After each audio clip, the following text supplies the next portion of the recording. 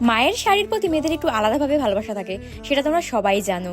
আর সেই মায়ের শাড়িগুলোর মধ্যে কিন্তু একটা মায়া মায়া গন্ধ থাকে, তাই না? আমি কিন্তু বেশিরভাগ টাইম মার শাড়ি পরি, কিন্তু মায়ের একটা ব্লাউজ আমার গায়ে হয় না, কারণ আমি এত মোটা। তাহলে চলো একটু সাজুগুজু করে নেওয়া যাক। আমার হাতে যে বক্সটা দেখছো, ওই বক্সের মধ্যে কিন্তু ভর্তি ভর্তি খাজানা আছে। আর এই খাজানাগুলো আমি অর্ডার করেছিলাম ইনস্টাগ্রাম পেজ ফ্যাশন স্ট্রিট থেকে। এই হ্যান্ডমেড জুয়েলারিগুলো কিন্তু ভীষণ সুন্দর ছিল, আর অনেক সুন্দর কোয়ালিটি ছিল। তোমরা কারা কারা মায়ের শাড়ি পরতে পছন্দ করো অবশ্যই আমাকে কমেন্ট করে জানিও।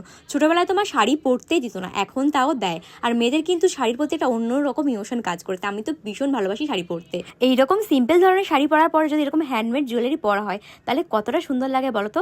এদিকে দেখো পিছন থেকে কিন্তু আমার সখীগণ এসেও হাজির হয়ে গেছে। আজকে আমাদের এক জায়গায় যাওয়ার প্ল্যানিং আছে, তাই ও কিছু পরে আসেনি। আমি বললাম দাঁড়া তোকে একটা দিচ্ছি। হঠাৎ করে দেখলাম ব্লাউজের সাথে কিন্তু কানেরটা পুরো ম্যাচ হয়ে গেছে। কিন্তু চাইলে অর্ডার দিয়ে বানিয়ে নিতে পারো এরকম কাস্টমাইজ জুয়েলারি শাড়ি বা ব্লাউজের সঙ্গে ম্যাচিং করে। এদিকে দেখো মনটা একটুখানি খারাপ লাগছে, আমার নতুন জিনিসটা ও পরে নিল,